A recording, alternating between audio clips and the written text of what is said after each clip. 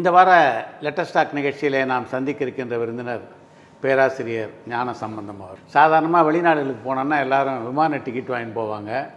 இவர் உலகத்தை சுற்றி வந்தார்னா அதுக்கு முக்கியமான காரணம் விமான டிக்கெட்டில் தமிழின் துணையோட உலகம் பூராயும் சுற்றிய ஒரு சொற்பொழிவாளர் தான் திரு ஞானசம்பந்தம் அவர்கள். வணக்கம். வணக்கங்க. வணக்கம். எனக்கு அறிமுகமே ரொம்ப நல்லா கொடுத்துட்டீங்க. என்னுடைய டிக்கெட்டே தமிழ் டிக்கெட் தான் அப்படின்னு சொல்லிட்டு, ஏன்னா நேற்று கூட வில்லேஜ் டிக்கெட்னு ஒரு நிகழ்ச்சிக்கு போயிட்டு வந்தேன். அதனால் எனக்கு டிக்கெட் தமிழ். ஆமாம். கமல் ஒரு இதில் சொன்னார், பாலச்சந்தர் பற்றி ஒரு வரியில் சொல்லுங்க அப்படின்னோடனே, முகவரி இல்லாத என்னை வருமான வரி கட்ட வைத்தவர் அப்படின்னாரு. Super super. அந்த ஒரு வரி கவிதை மாதிரி அழகாக சொல்லிட்டீங்க. நான் முக்கியமாக சொல்கிறதா இருந்தால், உங்களுடைய இந்த நிகழ்வு தொடர்ந்து பார்க்கக்கூடிய ரசிகன் வாசகன். நேற்று வரைக்கும் என்ன வந்துச்சுன்னு கேட்டால் கூட சொல்லிடுவேன் நான். ஏன்னா எனக்கு பிடிச்ச விஷயம் இது. எப்படி இந்த பட்டிமன்ற சொற்பொழிவுன்றதுக்குள்ளே ஞானசம்பந்தம் பிரவேசித்தார்? அது ஒரு வித்தியாசமான இதுதான். அது என்னன்னு கேட்டிங்கன்னா, நான் பேசி முதல்ல தோத்த ஆள். இப்போ ஸ்கூலில் படிக்கிற போது அப்படியா பேரை மறந்து மேடையில் போய் உங்களிடையே பேச வந்திருக்கிற நான் சொல்லி நான் சொல்லிட்டு இருந்து லாலா லஜபதி ராய் பேர்லாம் ஞாபகம் வருது, லார்டு மவுண்ட் பேட்டன் பிரபு என் பேரை ஞாபகமே வரல.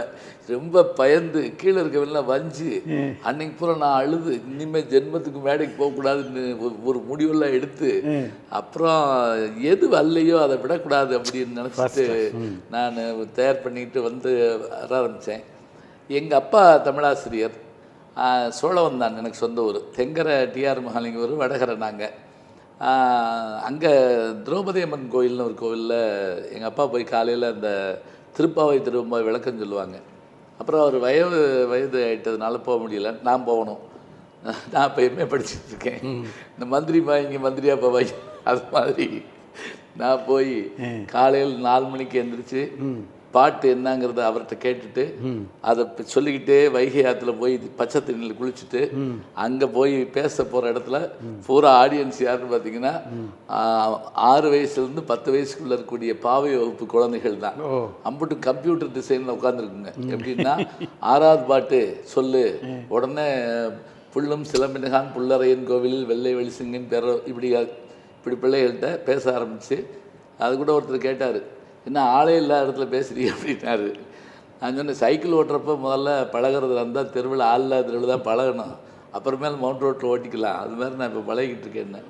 அந்த பேச்சுகிற அந்த பயிற்சி எனக்கு ஒரு 14 வருஷம் நான் பேசியிருக்கேன். அது எனக்கு பேச்சு பயிற்சி இருந்தது. அப்புறம் எல்லார்ட்டையும் பேசியிருக்கேன். குன்றக்குடி அடிகளார் தொடங்கி பெரும் பெரும் பேச்சாளர்கள் எல்லார்ட்டையுமே நான் பேச போனேன். நான் நடுவராக வரணும்னு நினச்சது எப்போன்னு கேட்டிங்கன்னா, நான் பேராசிரியராக வரணும், ஒரு டாக்டரேட்டாக அது முடிச்சிருக்கணும் அப்படின்னு, அப்போ தான் உட்கார முடியும்னு நான் நம்பினேன். அதாவது நடுவராக உட்காரதா இருந்தால் கொஞ்சம் ஒரு தமிழ் படித்தா, டிரைவிங் பழகிறதா இருந்தால் டிரைவராக வராது, நீச்சல் பழகினவங்க, அது மாதிரி நான் நம்பிக்கிட்டு அதே மாதிரி இருந்தேன். தொழிலை முறையாக கற்றுக்கிட்டு உள்ளே வரணும்னு நினச்சேன். அந்த பாரம்பரிய இது இருக்குது, அப்பாவோட தமிழ் அறிவு இருக்குது, தியாகராசர் கல்லூரியினுடைய பின்னணி, அங்கே இருந்த பேச்சாளர்கள் அவங்ககிட்டலாம் பேசிட்டு அப்புறமேலு நான் வர்ற போது என்னன்னு கேட்டிங்கன்னா, உடனே நடுவர் ஆயிட முடியாது அப்போல்லாம்.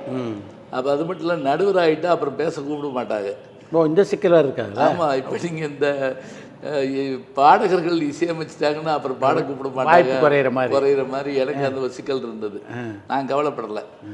என் கூட படித்தவங்க, என்கிட்ட படித்தவங்க, இவங்களை வச்சுக்கிட்டு நான் 1985 தான் நடுவராக ஆரம்பித்தேன்.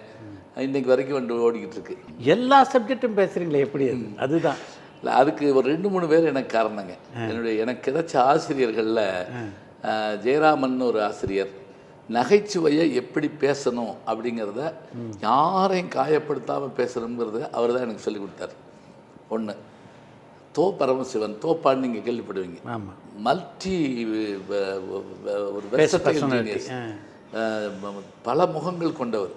அப்புறம் எழுத்தாளர் சுஜாதா, அப்புறம் நம்ம நண்பர் கமலஹாசன் அவர்கள், இவங்க எல்லாரையும் பார்த்த உடனே இவங்கள்ட்ட எல்லா விஷயமும் இருக்குது. அப்போ தான் தெரிஞ்சுக்கிட்டேன், தமிழை தாண்டி ஏதாவது நம்ம வச்சுருந்தா தான் முடியும் அப்படிங்கிறதுக்காக நான் இந்த மாதிரியான பல்வேறு விஷயங்களில் கொண்டு வந்து மாற்றி வச்சுக்கிட்டேன்.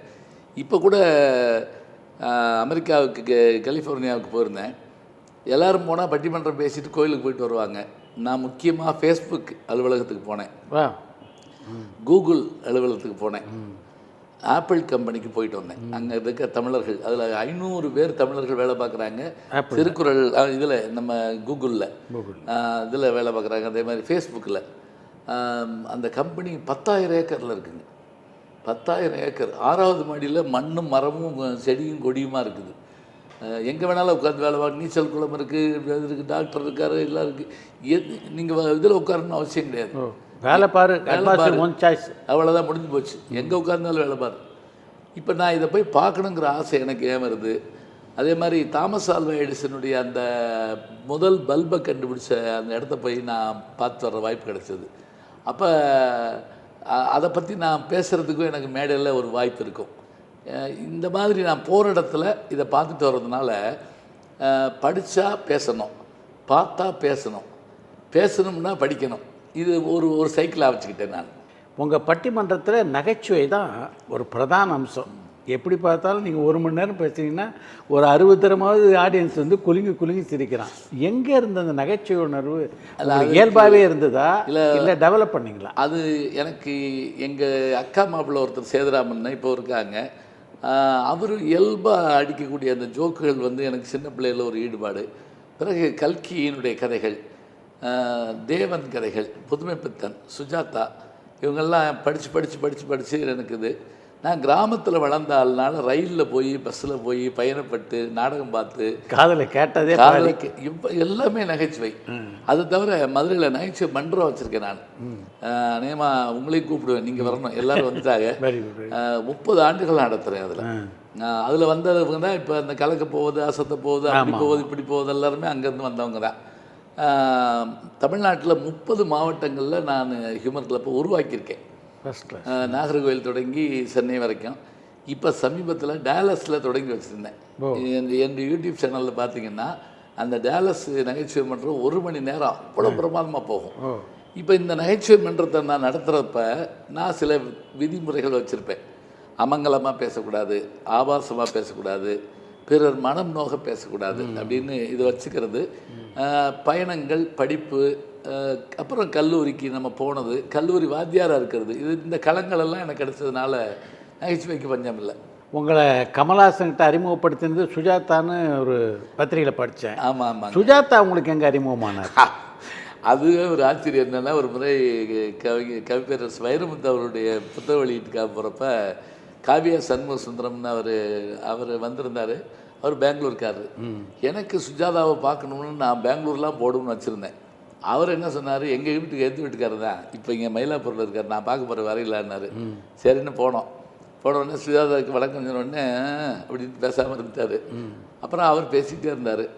5 நிமிஷம் கழிச்சு நான் உங்கள் கதை படிச்சிருக்கேன், அதில் குறிப்பாக சசி காத்திருக்கிறாள் எனக்கு ரொம்ப வியப்பாக இருந்ததுன்னு ஆரம்பித்து ஒரு 15 நிமிஷம் பேசவும் அவர் மனைவியை உண்மையான சுஜாதாவை கூப்பிட்டாரு. இங்கே வா, இங்கே வந்து பாரு, இவர் பேசுகிறத பாரு, இவர் என்ன இப்படி பேசுகிறாரு அப்படின்னாரு. அந்த அம்மா வந்துக்கிட்டு, அவர் தான் இந்த டிவியில் தினசரி காலையில் பேசுவார், நீங்கள் பார்க்கலையா, அவர் தான் இவர் அப்படின்னு சொல்லிச்சு. அப்போ தான் அவரோட அந்த அறிமுகம் எனக்கு ஆச்சு. அதுக்கு பிறகு பார்த்திங்கன்னா 2007 அவர் மரணம் அடைகிற வரைக்கும் எனக்கு குரு அவர். ஒரு வகையில் என்னுடைய புத்தகத்துக்கு முன்னர் கொடுத்துருக்காரு. அவர் புத்தகங்கள் வெளியிடப்போ என்னை கூப்பிடுவார். எதுவாக இருந்தாலும் நானும் அவரும் பேசக்கூடிய அந்த பேச்சு வந்து அத்தனை விஷயம். அவரோட ஒரு பேட்டி கூட நான் எடுத்தேன் ஜெயா டிவிக்காக. அது ஒன்றும் பெருசாக அவங்க வெளியிடலை, அது வேறு விஷயம். ஆனால் அவர் எனக்கு அப்படி அறிமுகமானதுனால அவர் மூலமாக நான் வந்து கமலையும் சந்திக்கிற ஒரு வாய்ப்பு எனக்கு கிடச்சிது. ஒரு மேடையில் தான் நாங்கள் சந்தித்தோம். இந்த சோழா ஹோட்டலில் ஒரு ஆடியோ கேசட்டோ ஏதோ ஒன்று வெளியிடு பண்ணாங்க. விஸ்வநாதன் வந்திருந்தார், எல்லோரும் வந்திருந்தாங்க. அப்போ நான் பேசிகிட்டு இருந்தேன். அப்போ கமல் வர்றாரு. ஹேராம் படம் அந்த நட ஷூட்டிங்லேருந்து வர்றாரு. ராஜாளி பறவை வர்ற மாதிரி இருக்குது அந்த ஹேர் முடியல. ஆமாம், இது வரைக்கும் முடிய வச்சுருந்தார் அதில். ஆமாம், நான் சொல்லிக்கிட்டு இருந்தேன். அதாவது ஒரு வாத்தியார் இப்போ பையனை கூட்டிகிட்டு காப்பி கடைக்கு போனார் கிராமத்தில். காப்பி ஆர்டர் பண்ணியாச்சு. வந்தவுடனே காப்பியை பார்த்த மாணவர்கள் சத்தம் போட்டாங்க, என்ன அது கண்ணம் கருப்பாக இருக்குது காப்பி அப்படின்னு சத்தம் போட்டாங்க. சண்டைக்கு போனாங்க. தமிழ்வாத்தியாரை அவனை உட்கார வச்சார். இந்த பாரு அப்படிலாம் சண்டை போடக்கூடாது. அவர் வாசல்லே போர்டு எழுதி போட்டுருக்காரா இல்லையா, பாலை காட்டார் கடை போட்டுருக்காரா இல்லையா, பாலை காட்ட மாட்டார் அப்படின்னு இருக்குல்ல. இதை நான் பேசிகிட்டு இருக்கேன். இதை எனக்கு சொல்கிறாரு ஒரு நாள், நீங்கள் சொல்லிக்கிட்டு இருக்கப்ப நான் கேட்டுக்கிட்டு இருந்தேன். அதில் நீங்கள் சொல்லி முடிச்சோடனே எல்லோரும் பயங்கரமாக விழுந்து சிரித்து ஒருத்தர் எந்திரிச்சு கைதட்டினார். யாருன்னா விஸ்வநாதன், எம்எஸ் விஸ்வநாதன் எந்திரிச்சு பயங்கரமாக கைதட்டி சிரித்தார். ஏன்னா அவர் பாலக்காடு அவருக்கு சொல்லுவார். அதனால் அப்போ தான் உங்களை நான் பார்த்துக்கிட்டேன். அப்புறம் அந்த விருமாண்டி படத்துக்கு திரைக்கதை அவர் எழுதினார். மதுரை படம்னால நான் கூட இருந்தேன். நடிக்கிறீங்களான்னாரு. உண்மையிலே பயந்து போனேன், அது மாடு பிடிக்கிற படம்னு. அப்புறம் சொன்னார், நான் மாட்டை பிடிக்கிறேன், நீங்கள் மைக்கு பிடிங்கினாரு. ஒப்பந்தம் சரியாயிடுச்சு. இன்றைக்கு வரைக்கும் இந்த நட்பு தொடருதுங்க. உங்களுக்கு இயல்பாகவே சினிமா மேலே நாட்டம் உண்டா சின்ன வயசுலேருந்து? சினிமாவில் நாட்டமா, அதாவது செகண்ட் ஷோ போகிறதுக்கு ஃபஸ்ட் ஷோவே போய் வெளியே உட்காந்துருப்பேன். எங்கள் அப்பா எப்படின்னா, சினிமாவுக்கு போகிறதுங்கிறது ஐவகையான பாவங்களில் ஒன்றுன்னு கருதக்கூடியவர். அது மட்டும் இல்லை, செகண்ட் ஷோ நண்பர்களோடு போயிட்டு அப்பாட்ட சொல்லாமல் போயிட்டோம்னா அலாரம் வச்சு முழிச்சிருந்து அடிப்பார். ஏன்னா மறுநாள் மறந்து போயிடுவேங்கிறதுக்காக. எங்கள் வீட்டில் லைட் இருந்துச்சுன்னா என் கூட வரவெல்லாம் காண போயிடுவாங்க. எங்கள் அப்பா அப்புறம் அட்டி போட்டு இது பண்ணி பாப்பையா போவையான்னு சொல்லிட்டு அதை பற்றிலாம் கவலைப்பட முடியாது. படம் மாறுற வரைக்கும் போக மாட்டேன்னு சொல்லிட்டு படம் மாறினா போயிடுவேன். இன்னொன்று, நான் இருந்த கிராமத்தில் தாய்மானவர் தேட்டர்னு ஒன்று இருந்தது. அங்கே அந்த அந்த ஓனர் ஒரு மகா ரசிகர். ரசிகர்களின் வேண்டுகோளுக்கு இணங்க அப்படின்னு நோட்டீஸ் அடித்து ரத்தனகுமார், கிருஷ்ணபக்தி, அதாவது அவர் பார்க்க வேண்டிய படமெல்லாம் இப்போ பழைய படங்க போகிறா அதை அவர் பார்க்குறதுக்காக எடுத்திருப்பார். அந்த படமெல்லாம் பார்க்குற வாய்ப்பு எனக்கு கிடைச்சிது. இப்போ நீங்கள் எந்த பழைய படத்தை பற்றி கேட்டாலும் என்னால் சொல்ல முடியும். இப்போ ஒன்றும் இல்லை, நம்ம விக்ராமசாமி ஐயா மதுரைக்கு வந்திருந்தார். ஹியூமர் கிளப்புக்கு வாங்கன்னு சொன்னேன். கொஞ்சம் உடல் நலம் இல்லையான்னு கொஞ்சம் எழுத்துக்கிட்டு இருந்தார். நீங்கள் தானே என்எஸ் கிருஷ்ணன்ட்டு ஒரு படத்தில் அடி வாங்குவீங்கன்னு கேட்டேன். உட்காருங்க உங்கள் வயசு என்ன அப்படின்னாரு. இல்லை வயசு எல்லாம் கம்மி தான், நான் படித்து பார்த்துருக்கேன். அது சொல்லுங்கள் அப்படின்னாரு. இந்த சின்ன பிள்ளைக்கு பாடி சொல்லி கொடுக்குறப்ப அந்த ஒரு காதல் கன்னிரச பாட்டை சொல்லி கொடுப்பாரு. அப்போ தான் அவர் அவரை போட்டு அடிப்பார்.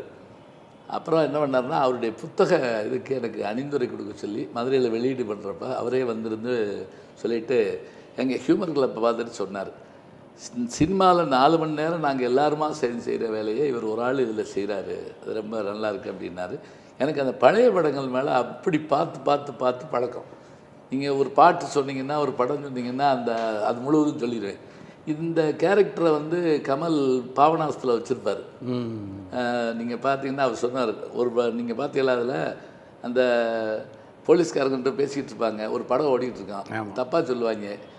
படம் திருவிளையாடல், கேவி மகாதேவன் மியூசிக்கு, ஏபி நாராஜன் டைரக்ஷன் அப்படின்னு. இது நான் அடிக்கடி யார் சொன்னாலும் அந்த படம் பாட்டெலாம் சொல்லுவேன். அதனால அந்த ஒரு ஈடுபாடு உண்டு.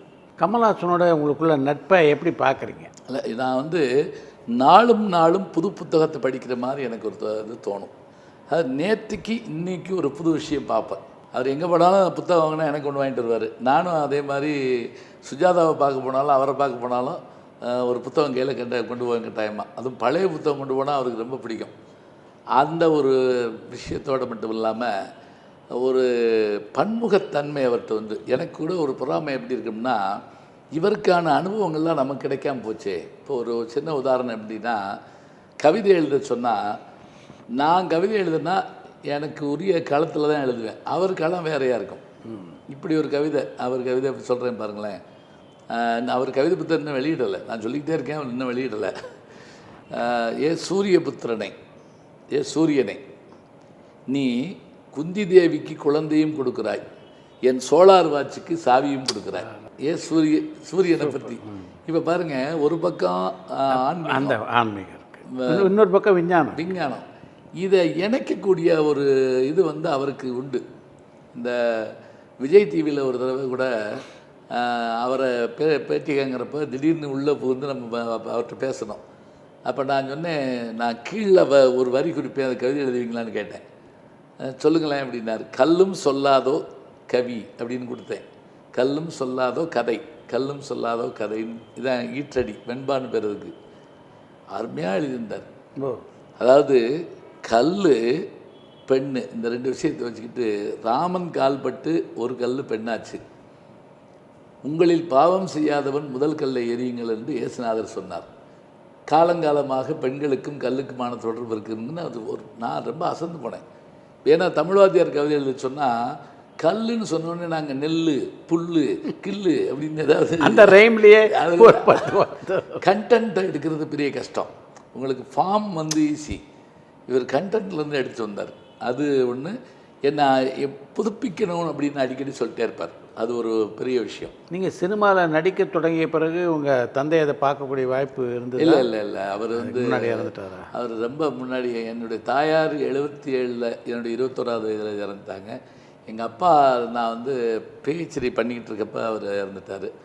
அதனால் அவங்க அதெல்லாம் பார்க்கல. ஆனால் எங்கள் அப்பா நான் நாடகம் போடுறத பார்த்துருக்கார். நான் கிராமத்தில் நிறைய நாடகம் எழுதி நடித்து அதில் ஒவ்வொரு தடவையும் வர்றப்பெல்லாம் அவர்கிட்ட வை வாங்குவேன். அது ஒரு நாடகத்தில் சீனாக வச்சுருந்தேன்.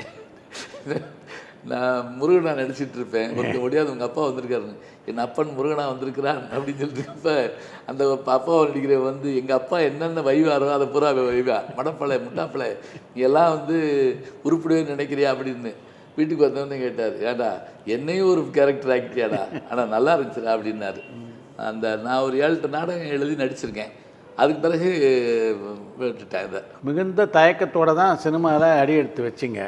அதுக்கப்புறம் இப்போ பார்த்தா ஏறக்குறைய முழு நேரம் நடிக்கிற அளவுக்கு தமிழ் சினிமாவில் எல்லா கதைஞர்களோடும் நடிக்கக்கூடிய வாய்ப்பு உங்களுக்கு கிடச்சிருச்சு. அந்த அனுபவங்களை எப்படி பார்க்குறார் ஞானசம்பந்தம்? இல்லை எனக்கே அது வியப்பாக தான் இருக்குது. ஏன்னா அந்த பக்கம் ஜெயம் ரவி, இந்த பக்கம் ஜீவா, இந்த பக்கம் விஜய், கமல்ஹாசன், இப்படி பல நடிகர். முக்கியமாக நயன்தாரா வெட்டியில் அன்னைக்கு ஒருத்தர் என்கிட்ட கை கொடுத்தாரு. கை கொடுத்து பிடிக்கிட்டாரு. நான் கூட அந்த தமிழ் ஆர்வத்தில் தான் அவர் எனக்கு கை கொடுக்குறாருன்னு. இருக்கட்டும் இல்லை இந்த கை தான் நயன்தாரா தொட்டு அப்படி அவர் அந்த விளையாட்டாக சொன்னாலும் அவ்வளோ போய் சேர்ந்துருக்குங்கிற விஷயம் ஒரு வியப்பானது தான். ஆனால் எல்லோரும் என்னன்னு கேட்டிங்கன்னா இந்த மோதிர கீழே குட்டுப்பட்ட மாதிரியான ஒரு விஷயம் கமல் அறிமுகத்தோடு வந்தது ஒன்று, பேராசிரியருங்கிற அனுபவம் ஒன்று. அதனால் அதுக்கு தகுதியான விஷயங்களை கொடுக்குறாங்க. நானும் எனக்கு ஒத்துக்கிட்டா மாத்திரம் நடிப்பேன், இல்லைன்னா கஷ்டம். இப்போ நானும் நீங்களும் ஒரு படம் நடிச்சோம்ல, அதுவே நான் பயந்தேன். அந்த நிமிர்ந்து நில்ல கொஞ்சம் ஒரு கொஞ்சம் காமெடி வில்லன் மாதிரி வரும். நீங்கள் தான் சமாதானம் சொல்லி ஐயா அவர் கொஞ்சம் பார்த்து போப்பா அவர் தான் சொல்கிறாருல்ல அப்படின்னு இவர்கிட்ட சொல்லிகிட்டு இருப்பீங்க. ஆமாம், அதனால் அதை நான் எனக்கு என்ன வருதோ அதை செய்கிற மாதிரி வச்சுக்கிறேன். அதுக்காக உங்கள் மேலே ரொம்ப பற்றுள்ள ஒரு இயக்குனர் சமுத்திரக்கனி இல்லையா?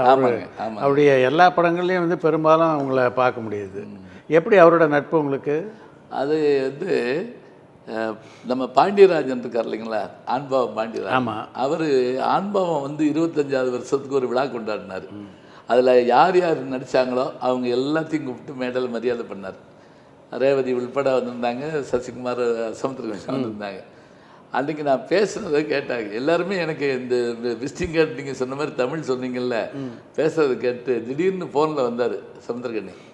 அண்ணே எங்கே இருக்கீங்கன்னு. மதுரைக்கு போயிட்டுருக்கேன்னு. சாப்பிட்டீங்களான்னாரு. இல்லை போகிற வழியில் சாப்பிடணும்.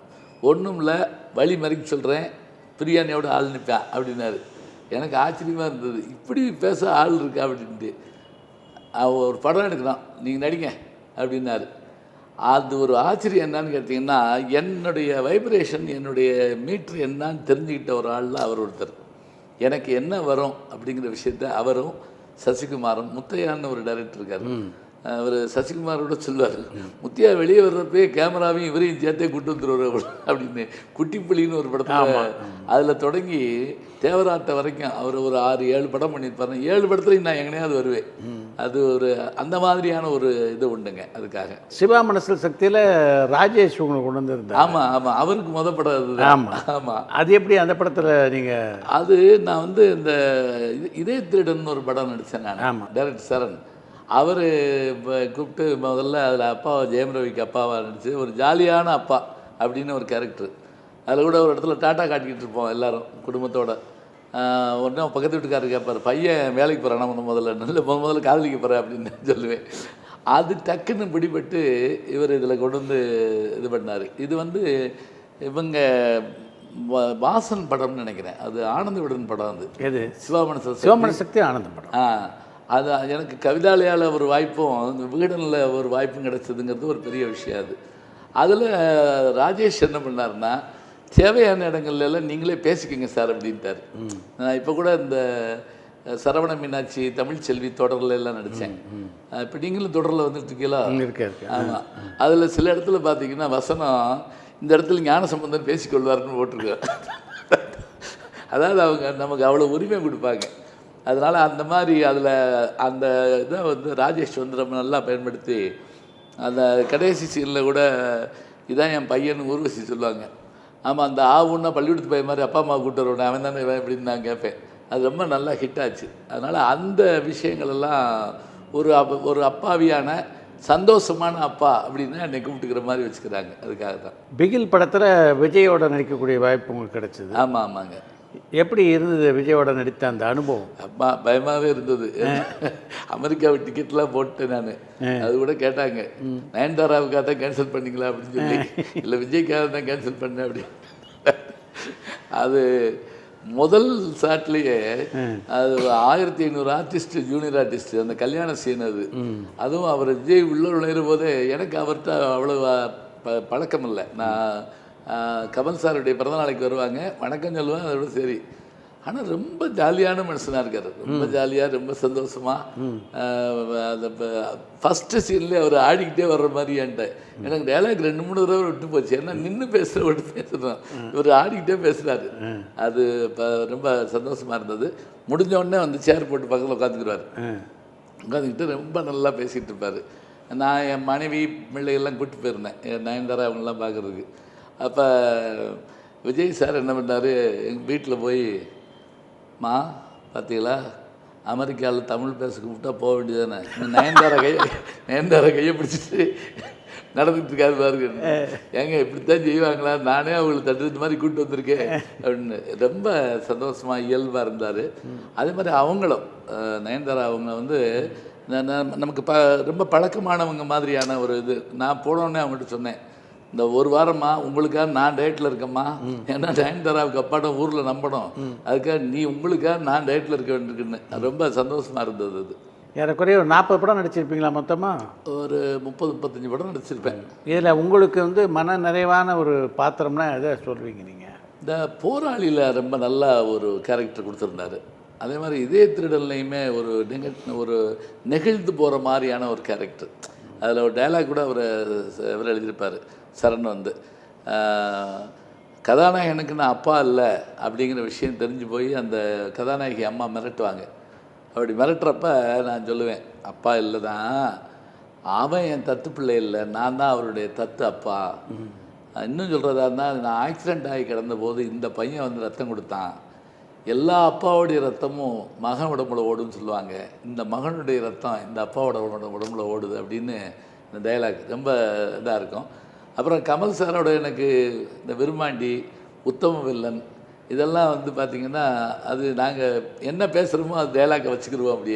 அப்படியே டெவலப் பண்ணி அந்த 13வது சீன் பேசுங்க அப்படிம்பாரு. அது ரொம்ப சந்தோஷமாக இருக்கும். ஒவ்வொரு படமுமே எனக்கு வந்து ஒரு புது புத்தகம், ஒரு புது பள்ளிக்கூடம், ஒரு புது கல்லூரி மாதிரி தோணும். அப்படியே சூர்யா எப்படி பழகுவார் செட்டில்? நல்லா, அதாவது பழகிறதோடு மட்டும் இல்லை, எனக்கு ஒரு சந்தோஷம் என்னென்னா, அவங்க அப்பாவை நானும் அவர் மேடையில் பேசியிருக்கோம், சிவகுமார் சார். கார்த்திக்கோட நான் கொம்மலில் நடிச்சிருக்கேன். அப்போ கூட கார்த்திக் சொன்னார், நான் உங்களோட நடிக்கிறேன்னு சொன்னோடனே அப்பாவுக்கு ரொம்ப சந்தோஷம். அப்போ அவர் பேராசிரியர், நீ நல்லா போய் அவர் தெரிஞ்சாலும் தெரிஞ்சு வச்சுக்கிறணும் அப்படின்னு சொல்லியிருக்காரு. அது மாதிரி இவரும் அதே மாதிரி. அப்போ கூட எனக்கு கொஞ்சம் வீட்டில் சில இதுகள் இருந்தது. அப்போ உடனே என்னை அனுப்பி, நீங்கள் அதெல்லாம் முடிச்சுட்டு வந்துருங்க, ஒன்றும் இல்லை, அவசரப்பட வேண்டாம், ஒன்றும் பதட்டப்படாமல் நீங்கள் போயிட்டு வாங்க அப்படின்னு சொல்லிட்டு டக்குன்னு உடனே அனுப்பிவிட்டு கொஞ்சம் வெயிட் பண்ணி அதை இது பண்ணார். அந்த இடத்துல ஒரு ஜூனியர் ஆர்டிஸ்ட்டோ மாதிரியோ நம்ம சாதாரண மாதிரியோ அப்படி நினைக்கவே இல்லை எல்லாருமே. அதெல்லாம் ரொம்ப நல்லா இருந்தது. அது நீங்கள் சொன்ன மாதிரி அதுவும் தமிழ் கொடுத்த ஒரு கொடையாக தான் இருக்குன்னு நான் நினைக்கிறேன். கமல்ஹாசன் வந்து மாதத்தில் எத்தனை முறை வந்து சந்திப்பீங்க நீங்கள்? நான் சந்திக்கிறத காட்டிலும் ஒரு நாளைக்கு 2 தடவையும் பேசுவோம், 2 நாளைக்கு ஒரு தடவையும் பேசுவோம். பேசுகிற போது பேசிக்கிட்டே இருப்போம். எப்படின்னா ஒன்றுலேருந்து ஒவ்வொரு கிளையாக போயிட்டே இருக்கோம். அரை மணி நேரம் 1 மணி நேரம், சில நேரங்களில் நள்ளிரவில் கூட பேச ஆரம்பிப்போம். விடிய காலம் வரைக்கும் கூட பேசிகிட்டே இருப்போம்.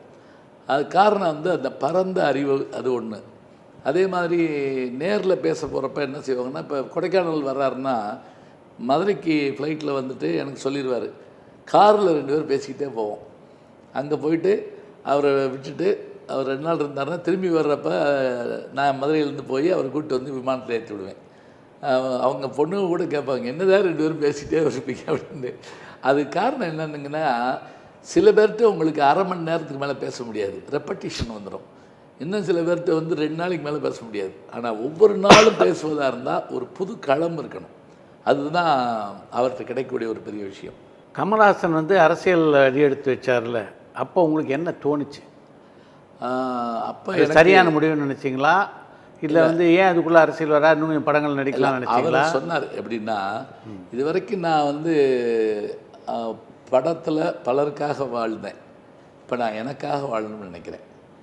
இந்த முடிவு வந்து எனக்காக, நான் என்ன செய்யணும் அப்படிங்கிற விஷயத்த, மற்ற டைலாக்கு மற்ற வசனங்கள்லாம் அதெல்லாம் முடிச்சுட்டு, நான் எழுதின வசனமே கூட நான் வேறு ஆளுக்காக பேசியிருப்பேன். இப்போ அப்படி இல்லை, இது எனக்கான வாழ்க்கை, நான் பிறந்ததுக்கான ஏதாவது ஒரு காரியத்தை செய்யணும் அப்படின்னு எனக்கு ஒரு நம்பிக்கை. என்னன்னா, அவர் எதை செஞ்சாலும் திட்டமிட்டு செய்வார். உங்களுக்கு தெரியும், அதுக்கு திட்டமிட்டு செய்வார், புதுமையாக செய்வார். அதுக்காக கடினமாக உழைப்பார். அவர் படுற கஷ்டங்கள்லாம் அந்த விருமாண்டியில் முதல் சீனில் அந்த இதுக்குள்ளே மற்ற படத்துக்கு அதுக்கு ஒரு வித்தியாசம் என்னென்னு கேட்டிங்கன்னா, எல்லா படத்துலேயும் ஜல்லிக்கட்டு அணியிறப்ப மாடுக்கு மூக்கணாங்கயிறு இருக்கும், இதில் மூக்கணாங்கயிறு இருக்காது. மூக்கணாங்கயிறு அறுக்கிற சீனும் அதில் அந்த எலுமிச்சம்பழம் புழிஞ்சிட்டு அந்த ஒடியார சீன் இருக்கும். வந்த உடனே இவருடைய தோலை கிழிச்சு பிடிச்ச அப்படியே ஒரு மாடு, அதை கிழிச்சிருச்சுன்னா இந்த வெள்ளை சதை வெளியே வந்துருச்சு. அப்படி அப்படி பிடிச்சிக்கிட்டு அதை இது பண்ணிக்கிட்டு உடனே தையல் போட்டு உடனே இது பண்ணிவிட்டு அடுத்த ஷாட்டுக்கு வந்துட்டார். எல்லோரும் கூட சொன்னாங்க, நம்ம அதை பார்த்து மயக்கம் போட்டு சொல்லுவாங்கல்ல, இந்த மயக்கம் போட்டு வந்த ஒருத்தர் பார்த்து சோடான்னு ஒருத்தர் கத்தி அவள் வாங்கிட்டு வந்தோடனே அவன் குடிச்சிருக்கான். என்னென்னா, எனக்கு மயக்கம் போட்டவங்களை பார்த்தா எனக்கு மயக்கம் வந்துடும், அதுக்கு தான் சோடா எனக்கு தான் வாங்கிட்டு சொன்னேன் அப்படின்னு எனக்கே கிருகிருத்து போச்சு. அப்படியே அப்படியான ஒரு பெர்ஃபெக்ஷன் அவர்கிட்ட உண்டு. அதனால் அவர் நிச்சயமாக ஒரு முடிவு எடுக்கிறாருன்னா அந்த முடிவுக்கு தயங்காமல் உழைப்பார்னு ஒரு நம்பிக்கை, வெற்றி பெறுவார்னு ஒரு நம்பிக்கை இருக்குது எனக்கு. உங்களை நடிப்புக்கு கூப்பிட்டு வந்த கமல்ஹாசன் அரசியலுக்கும் கூப்பிட்டு வந்தார். ஆமாம், அந்த அனுபவம் அப்படி இருந்தது. அவர் துணைத் தலைவராக உடனே எனக்கு அறிவித்தார். அப்புறம் நான் அவர்கிட்ட கேட்டுக்கிட்டேன், எனக்கு கொஞ்சம் இந்த பழக்கம் இல்லை, அதனால் நான் வந்து எப்படி இருக்குதுங்கிறத பார்த்துக்கங்கன்னா சரி அப்படின்னு சொல்லிட்டு எப்பவும் போல் அந்த நட்பு தொடருது. அப்புறம் டக்குன்னு அவங்க மகேந்திரன், அவர் பெரிய தொழிலதிபர், டாக்டரும் கூட அவங்க. அதில் நீங்கள் பார்த்தீங்கன்னா மக்கள் நீதி மையத்தில் நல்ல கல்வியாளர்கள் தேர்ந்தெடுத்து அவர் போட்டு அதை தயார் பண்ணியிருந்தார். அதில் அப்புறம் சொன்ன உடனே அதுக்கேற்றபடி வச்சுக்கிட்டாரு. இப்போவும் நாங்கள் எங்களுடைய நட்பு நல்லபடியாகவே தொடர்ந்துக்கிட்டு இருக்கோம்.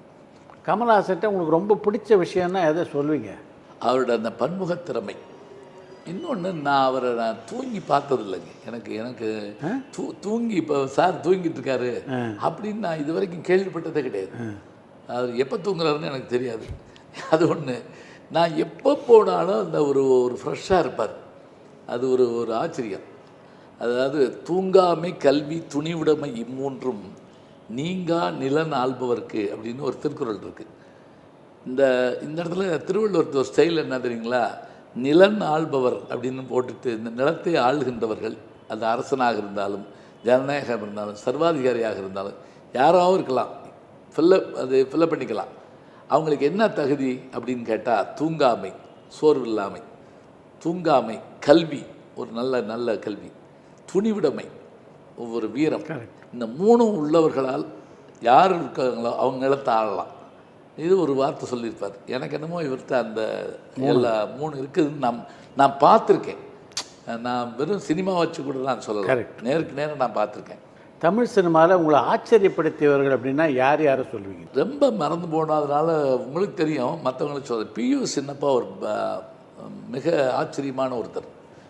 அதாவது அவருக்கு தெரியாத கலைகளே இல்லைங்கிற மாதிரி தோணும். இன்னும் சொல்கிறதா இருந்தால், அந்த காலத்தில் ஜமீன்தார்கள் வண்டி கட்டிட்டு வந்து படம் பார்க்குறது எதுக்காகன்னு கேட்டிங்கன்னா, அவருடைய ஜெகதல பிரதாபன், மங்கையர்கரசி போன்ற படங்களில் சிலம்பு சுற்றுவார். அந்த சிலம்பு சுற்றுறதை பார்க்குறதுக்காகவே வண்டி கட்டிட்டு ஜமீன்தார்கள் வருவாங்களாம். எம்ஜிஆர் சிலம்பு சுற்றி புகழ் பெறாருன்னா அதுக்கு முன்னோடி அவர் தான். வசனம் பேசி சிவாஜி கணேசன் அவர்கள் முன்னுக்கு வந்தார் அப்படின்னு சொன்னால் அதுக்கு முன்னோடி அவர் தான். சண்டாளி அப்படின்னு அந்த உச்சரிப்பு பார்த்தீங்கன்னா பேசுவார். உத்தமபுத்திரன் 2 ஆக்ட் நடிச்சிருக்காரு. மங்கையர்கரசி 3 வயசு நடிச்சிருக்காரு. ஜெகதல பிரதாபன் 6 கேரக்டர். இந்த பின்னாடி திருவிளையாடலில் வந்தது இல்லைங்களா, இந்த பாட்டும் நானே பாவம் நானே, அதில் சிவாஜி வரிசை அதை முதல்லே செஞ்சவர் இவர் தான். அதில் தானே ஜதி சொல்வார். கிருஷ்ணபக்திங்கிற படத்தில் கதாகலட்சம் பண்ணுவாருங்க, சொந்த குரலில் கதாகலட்சம். டிஆர் ராஜகுமார் நடித்த படம். அவர் ஒரு ஆச்சரியம், என்எஸ் கிருஷ்ணன் ஒரு ஆச்சரியம். அதாவது கதை வசனம் பாடல்கள் எல்லாம் மாதிரி தோத்து போன படத்தை ஜெயிக்க வைக்க அவரால் முடியும். நீங்கள் படிச்சிருப்பீங்க, உங்களுக்கு தெரிஞ்சிருக்கோம். ஒரு தடவை ஒரு இதுக்கு போயிருந்த போது ஒருத்தரை பார்த்துருக்காங்க. அவர் கையில் விலகெல்லாம் போட்டு உட்கார வச்சுருந்துருக்காங்க ஒரு ஆஸ்பத்திரியில். யார் இவர்? இல்லை ஒரு படம் எடுத்து ஃபெயிலியர் ஆகி அதில் பைத்தியம் பிடிச்சி அவரை கட்டி போட்டிருக்காங்கன்னு. அந்த படம் எங்கே இருக்குது அந்த ரீல்னு வாங்கி கேட்டிருக்காரு. வாங்கி இதை ஓட வைப்போம் அப்படின்னு சொல்லி அந்த படத்தில் 2 பாட்டு சேர்த்து இன்னும் சில சீன் இவர் வர்ற மாதிரி சேர்த்து அந்த படத்தை ஓட வச்சு முதல் வசூலை கொண்டு அவர் முன்னாடி வச்ச உடனே பைத்தியம் தெளிஞ்சு வச்சாங்க. அப்படி இப்போ இது நீங்கள் பார்த்துருப்பீங்க. இப்போ இது என்னன்னு கேட்டிங்கன்னா, இந்த மனிதாபிமானம் எல்லாருக்கும் இருக்குமான்னு நம்ம சொல்ல முடியாது. இந்த திறமை இருக்குமா? ஓடாத படத்தை ஓட வைக்க என்எஸ் கிருஷ்ணாவில் முடியும் அப்படிம்பாங்க. இல்லை, அதுவும் இல்லாமல் அந்த பட அதிபர் அவருக்கு தெரியாது. யாருன்னு தெரியாது அவருக்கு. நான் என்எஸ் கிருஷ்ணனுக்கு பழக்கம்லாம் அப்படி அந்த படத்தில் நடிக்கவும் இல்லை. இந்த வசூலுக்கு அப்புறம் அந்த பட அதிபர் இந்த படத்தில் சம்பாதிச்சது கொண்டு என்எஸ் கிருஷ்ணன் வீட்டு வாசலில் கொட்டுறாரு. சொல்கிறாரா, நான் இந்த பணத்துக்காக பண்ணல, சரி ஒரு தயாரிப்பாளர் படத்தை எடுத்து இப்படி ஆகிட்டாருக்காக பண்ணேன், அதனால் இதில் ஒரு காசு எனக்கு வேணாம். ஏன்னா அவர் மட்டும் இல்லை, சாரங்கபாணியும் அவரும் சேர்ந்து ஒரு ட்ராக் எடுத்து பண்ணாங்க. சரி ஒரு காசு வாங்காமல் பண்ணாங்க. இல்லை, இதெல்லாம் நம்ம இந்த வரலாற்றில் பார்க்க முடியாத ஒன்று. அதே மாதிரி எம்ஜிஆர் அவர்கள் முன்னும் பின்னும் போக முடியாது, அப்படியான ஒரு பெரிய. இப்போ வாட்ஸ்அப்பில் உலகம் ஸ்டுவாலின்னு ட்ரெய்லர் போடுறாங்க. நான் பார்த்து வியப்படைஞ்சு போனேன். உலகம் ஸ்டுவாலிவன் ட்ரெய்லர் பார்த்தீங்கன்னா புது படம் மாதிரி இருக்கு. அப்படியே அந்த பாட்டும் சண்டையும் அதுவும் இந்த எம்ஜிஆர் அந்த எம்ஜிஆர் இவ்வளவையும் இப்போ ட்ரெய்லரில் காட்டுறாங்க. டிஜிட்டல் அதெல்லாம் சின்ன ஆச்சரியமான ஒன்று. ஆனால் பின்னாடி வர சிவாஜி படத்தை பார்த்துட்டு அதுவும் நடிக்க வந்த பிறகு நான் ரொம்ப வெக்கமில் படுறேன். என்ன மனுஷங்க இருந்த இடத்துல நம்ம போயிருக்கோமே அப்படின்லாம் தோணுது. அடே அப்பா, அதாவது இன்னும் சொல்ல போனால் நம்ம சொல்லுவோம்ல, நீ பாரு அருமையான கேட்சை விட்டானியா அப்படின்னு சோபாவில் படுத்துட்டு சொல்லுவாங்க. போய் விளையாண்டாலும் தெரியும், விளையாடுறப்ப தான் அந்த கஷ்டம் தெரியும். கரெக்ட். கேரம் போர்டு விளையாடுறப்ப அந்த சிவப்பு காயையே அடிக்காதுன்னு சொன்னால் அடிச்சார். நீ விளையாடாது, எனக்கு விளையாட தெரியாது, போகிறப்ப தான் தெரியுது. ஒரு ஆச்சரியம். அதே மாதிரி நமக்கான கண்ணதாசனுடைய அந்த சொற்களை நீங்கள் சின்ன பிள்ளையாக இருக்கப்போ கேட்டதுக்கும் வயதான பிறகு கேட்டதுக்கும் ரொம்ப வயதான பிறகு கேட்குற போதும் ஏற்படுற ஒரு மாற்றம் அவ்வளோ ஆழம் இருக்கிறதுல. அதான் இப்போ நீங்கள் இந்த கண்ணே கலைமானை பாட்டு தான் அவருடைய கடைசி பாட்டுமாங்க. அதில் ஒரு வார்த்தை பார்த்தீங்கன்னா மற்றவங்க புரிஞ்சுக்கிறதுக்கும் இப்போ எங்களை மாதிரி ஆட்கள் புரிஞ்சுக்கிறதுக்கு ஒரு வித்தியாசம். எப்படின்னா, ஏனோ தெய்வம் சதி செய்தது, பேதை போலே விதி செய்தது அப்படின்னு ஒரு வார்த்தை வரும். இதில் சாதாரணமாக பார்த்தா பேதைன்னா பொம்பளைன்னு நம்ம நினைப்போம். அப்படி இல்லை. பேதை, பெதும்பை, மங்கை, மடந்தை, அறிவை, தெரிவை, பேரிளம்பன் 7 பருவம் பெண்களுக்கு உண்டு. பேதைன்னா 5லேருந்து 7, 7லேருந்து 9. இப்போ இந்த பெண்ணு மங்கையாக மடந்தையாக இருக்க வேண்டியவள் அந்த ஆக்சிடென்ட்னால அடிபட்டு ஒரு குழந்தையாக மாறி போயிட்டான். ஏனோ தெய்வம் சதி செய்தது, பேதை போலே அந்த 7 பருவத்தில் முதல் பருவமாக மாறி போயிட்டாளே அப்படிங்கிற சொல்லு. இப்போ நீங்கள் சாதாரணமாக பாட்டு கேட்குறதுக்கும் இந்த பாட்டை இன்னொரு அதனுடைய ஆழத்தை தெரிஞ்சுக்கிறது, இன்னொரு டைமென்ஷன் ஆழத்தை தெரிஞ்சுக்கிறப்ப கண்ணாசன் எவ்வளோ பெரிய ஆள் அப்படின்னு நமக்கு தோணும். அது மாதிரி விஸ்வநாதனோட எனக்கு எப்படின்னா, மலேசியா போயிருந்தபோது 3 நாள் என் கூட அதியாரையா அப்படின்னா ஆரம்பிச்சாருன்னா அந்த பழைய பாட்டு போட்ட விஷயங்களை சொல்லுவார் பாருங்க, களஞ்சியம்ங்க. அப்படியே குழந்தை இந்த பாட்டு அது நான் தான் போட்டுறேன்னா அப்படின்னு அதுக்கு ஒரு விளக்கம் சொல்லுவார். அவருக்கு பாராட்டு கூட்டம் கொடுத்தாங்க இதில் மலேசியாவில் பாண்டித்துறைங்கிற அவர் தான் ஏற்பாடு பண்ணியிருந்தார். 25,000 பேர் மக்கள். எம்என் ராஜன் வந்திருந்தாங்க, விஸ்வநாதன் வந்திருந்தார், இவங்க எல்லாம் வந்திருந்தாங்க. அப்போ முதல்ல மேடையில் சங்கே முழங்கு அப்படிங்கிற அந்த பாட்டு போட்டு ஆடுறாங்க, எங்கள் வாழ்வு கலங்கரை விளக்கம். நான் பேசுகிறப்ப அவர்கிட்ட நான் மேடையில் சொல்கிறேன், இப்படி இந்த பாட்டு ரொம்ப முக்கியமான பாட்டு. ஏன்னு கேட்டால், விஸ்வநாதன் ராமமூர்த்தி என்ற 2 ரெட்டையர்களில் அவங்க தனித்தனியாக பிரிஞ்ச பிறகு விஸ்வநாதன் சார் முதல்ல போட்டு வெற்றி அடைஞ்ச முதல் படம் இந்த படம் தான் அப்படின்னு ஒன்று கூட்டத்தில் அப்படி ஒரு கரகோஷம். அதில் இவரும் உட்காந்து கை தட்டிக்கிட்டு இருக்காரு. அதாவது எவ்வளவு எளிய அது சந்தோஷம், நம்மளை பற்றி பேசுகிறாங்கன்னு ஒரு மகிழ்ச்சி. அவங்களுக்கு வேற ஒன்று எல்லாம் சம்பாரிச்சிட்டாங்க இல்லையா, எல்லாம் கிடைச்ச பிறகு அந்த சந்தோஷம் கிடைக்கிறதுங்கிறது பெரிய அந்த இது சொன்னார். அந்த முக்கியமான பாடல்கள் சிலதுக்கு இவர் டியூன் போட்டிருக்காரு. ஆனால் அவங்க குருநாதருடைய பேரில் தான் அது வெளியே வருமா சில நேரங்களில். சுப்பையா நாயுடு அவங்க அவருடைய பேரில் வருமா. அப்போ அவர் சொல்லுவாராம், இது உன் பேரில் வரலன்னு வருத்தப்படாதரா, என் நிலமையும் அப்படி இருக்கு, உன் நிலமையும் அப்படி இருக்குடா, அப்புறம் பார்த்துக்கிறோம்டா அப்படின்பாரா. இவர் காலத்தொட்டு கும்பிட்டு இருக்கட்டும்னே, நீங்கள் போடுற பிச்சையில் தான் நாங்கள் வாழ்கிறோம் அப்படின்பாரான். நிறைய பாடல்களை அவர் சொல்கிறாரு, இந்த பாட்டு இந்த பாட்டு இந்த பாட்டு நான் போடுறப்ப போட்டு கொடுத்த உடனே அவர் சந்தோஷப்படுவார்.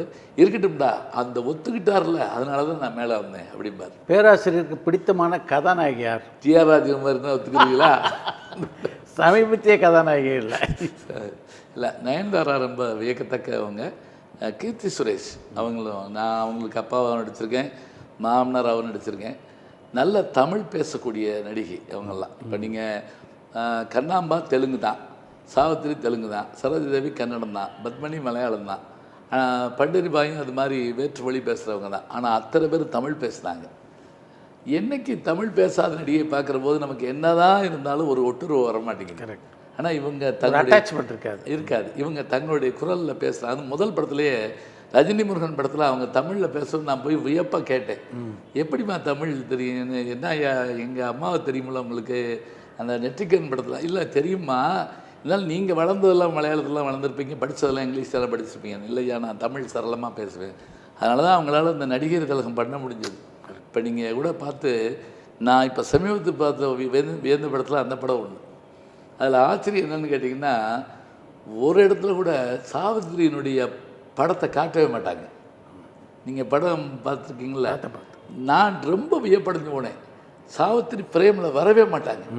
அதாவது நம்ம மறந்தும் கூட இவங்க சாவித்திரி மாதிரி நடிக்கிறாங்கன்னு காட்டிடக்கூடாதுங்கிறதுக்கு அது 2-3 பீரியடு அதில் வரும். பார்த்துக்கிட்டு இருக்கேன் நம்ம ஒரு காலம், அதுலேயே ஒரு 2 பீரியடு ஒன்று வரும். அது 2க்கு ஏற்றபடியாக பிளாக் அண்ட் ஒயிட்டு கலரு எல்லாம் கலந்து வரணும். அதில் எந்த ஃப்ரேம்லேயாவது சாவித்திரி வந்துடுவாங்களாக்குன்னு நான் பார்த்தேன், இல்லவே இல்லை. சாவித்திரியை பார்க்குற ஃபீலிங்கை வந்து கீர்த்தி சுரேஷ் கொடுத்துட்டாங்க. மாயாபஜார் நடித்த மாதிரி அந்த மாயாபஜார் போர்ஷன் ரொம்ப டும் டும் நீ கல்யாணம் அப்படி அந்த பாட்டுக்கு பார்த்தீங்களா, அப்பா அதுக்கு அந்த ரெங்காரா உண்மையிலே அந்த இடத்துல நான் நினச்சேன், இந்த இடத்துல ரெங்காராவ் இல்லையே அப்படின்னு ஒரு வருத்தம் இருந்தது. ஏன்னா பல இடங்களில் நீங்கள் மாயாபஜார் பழைய படம் பார்த்தீங்கன்னா ரெங்காராவ் வந்து பெண்ணாக மாறின உடனே ரெங்காராவ் மாதிரி நிற்பாங்க, ரெங்காராவ் மாதிரி நடப்பாங்க. அப்போ கூட பக்கத்தில் என் டி ராமராவ் இன்னொன்று வர்ற கிருஷ்ணா இருந்து அப்படி கையை தட்டி விட்டுக்கிட்டே இருப்பார், அப்படி நிற்கக்கூடாது.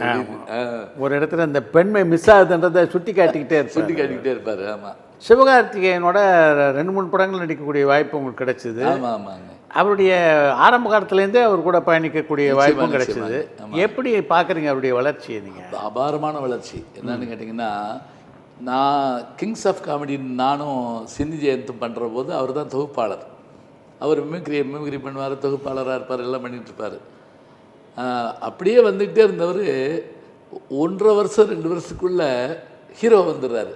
சட்டார்னு வேகமாக அவர் மனங்கொத்தி பறவை வருது, அந்த படம் வருது, மெரினா வருது, விறுவிறுன்னு வர்றாரு. திடீர்னு ஒரு தான் அவர் டைரக்டர் பொன்ராம் கூப்பிட்டு, அவங்க அசிஸ்டன்ட் டைரக்டர்லாம் கூப்பிட்டு, நீங்கள் இந்த படத்தில் இவருக்கு அப்பாவை நடிக்கிறீங்க, உங்களுக்கு அப்பா ராஜ்கிரண் அப்படின்னு உள்ளே கொண்டு வந்து சொல்லுகிறாங்க ஒரு தலைமுறையில். நான் அவர் கேரவானில் இருக்கார். எப்போவுமே நம்ம எப்படித்தான் இருந்தாலுமே ஹீரோவை பார்க்க போகிறப்போ அவ்வளோ சுலபமாக போயிட முடியாதுன்ட்டு நான் அவர் போய் ஒருத்தரை அனுப்பி அவர் பார்க்கலாம்னு கேளுங்க அப்படின்னு சொல்லி கேட்டேன். உடனே என்ன பண்ணாருங்க, நீங்கள் கேட்ட உடனே கேட்கல பார்க்கலாமான்னு கேட்ட உடனே கதவை திறந்துட்டு ஓடி வந்துட்டார். என்னையா இப்படி கேட்குறீங்க நீங்கள்லாம் மேடையில் உட்காந்துருக்கப்ப தானே நாங்கள்லாம் கீழே நின்று பேசினோம், இன்னைக்கு நாங்கள் நல்லா வந்திருக்கிறதுக்கு நீங்கள்லாம் ஒரு காரணம் ஐயா அப்படின்னு சொல்லி அவர் ஹீரோ ஆகிறதுக்கு முதல்ல எங்கள் ஹியூமர் கிளப்பில் கூப்பிட்டு அவர் பாராட்டியிருக்கோம் நாங்கள்.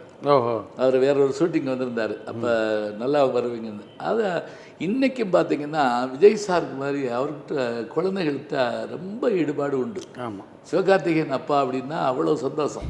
இந்த ரஜினி முருகன் ஷூட்டிங் நடந்துட்டு இருந்துச்சு மதுரையில், நான் உட்காந்துருந்தேன் அந்த ஷூட்டிங் ஸ்பாட்டில். ஒரு 3 வயசு பையன் 2 பேர் வந்தாங்க, என்கிட்ட கேட்டாங்க ஆர்டிஸ்ட் யாரும் இல்லையா அப்படின்ட்டாங்க.